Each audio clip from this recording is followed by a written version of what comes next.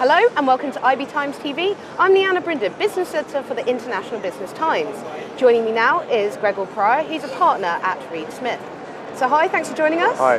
Well, we're talking about the very exciting subject about growing your business abroad, and especially in the tech sector, China seems a real beacon for opportunity. Sure. What would you say are the, I suppose, top misconceptions from a legal point of view when trying to grow your business over there?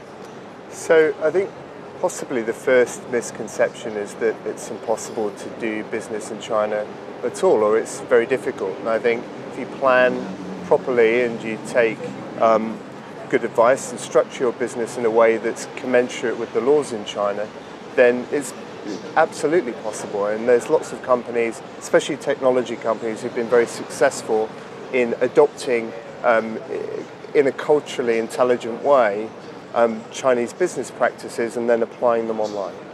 Okay, but what would you say, I mean, naturally there's going to be some stringent and very different methods in terms of law over there for Sure. tech companies. What are they? So ministerial approvals, or generally working more closely with the government. I think in Europe there tends to be quite clear regulation and not so many approval processes to go through. I think when you're working in China it tends to be much more closely aligned with the government, and you have to legislate for that in the way you plan your business. Another thing that companies need to consider is the way that they get their money in and out of China, and being able to transact and also structure the business so that if the money does need to come out, it comes out in an efficient way. Well, have there been any, I suppose, relaxations of any laws to try and draw more Western businesses to go over there? I think so. I think the combination of the recession in 2008 with the continued growth of the economy in China led to more companies wanting to do business there, and as a result the Chinese government, I think, has given a bit more latitude to companies to come over, and that's a gradual process, and I think we're seeing more and more of that. Okay, and we've talked about China, but where would you say is another, I suppose, regional area that is really favourable for a British company to grow? We're seeing a lot of activity in the BRIC countries, Africa as well. You can see a lot of companies see, especially in the technology sector, an opportunity because of increased mobile handset penetration, really good network technologies, and a consumer demand for entertainment, for media products. We're seeing a big rush to those countries because there's such a huge opportunity. Cool. I mean, on the media side, there are pockets in Africa, like especially Nigeria seems really big. Right. Yeah. On the media side, Yeah. I mean, maybe you can elaborate on some kind of the product offerings that people are taking over there. Sure.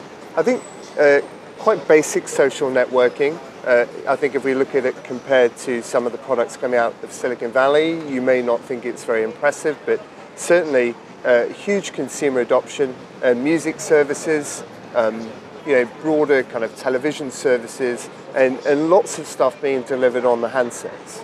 So lots of demand there, and again, I think people recognize the opportunity, and microtransactions are going to become much more important, I think, as people work out integrated billing on the handsets. That's also going to be very exciting.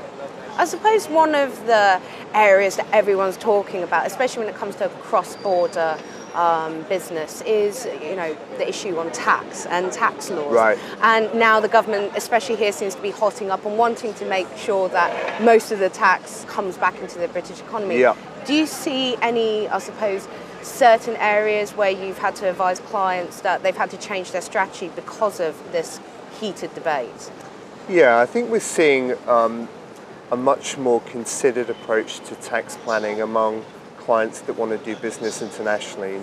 Still some territories are particularly favourable. Lots of companies that deliver content online tend to be based in Luxembourg, both for tax and regulatory reasons.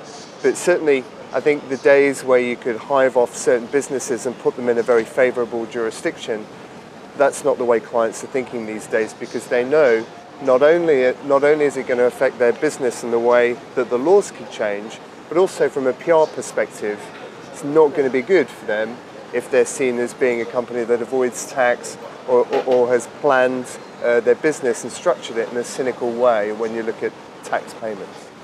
Okay, and I suppose rounding off, I mean, one other area that seems to be hotting up in Britain is looking at putting a online sales tax. So especially if you're a tech firm or e-commerce platform, do you see appetite for actually companies that maybe were born out of Britain but are looking to move overseas instead? I think from a regulatory perspective, Britain and the US are very favourable because they're very certain. Yeah. If you're going to set up a business online, you know what the law says. There are some grey areas, some developing areas, but for the most part, you kind of know what you're doing. Other countries, probably not so much in Western Europe, but certainly in the BRIC countries, certainly in Eastern Europe, things tend to be a bit more uncertain. Companies are a bit more reticent to move into those markets. So they're balancing, on the one hand, the opportunity, and then on the other hand, some of the increased risk that they're going to have to bear from a regulatory and from a tax perspective. Okay. Well, thank you very much for joining us today. That was Gregor Pryor. He's a partner at Reed Smith.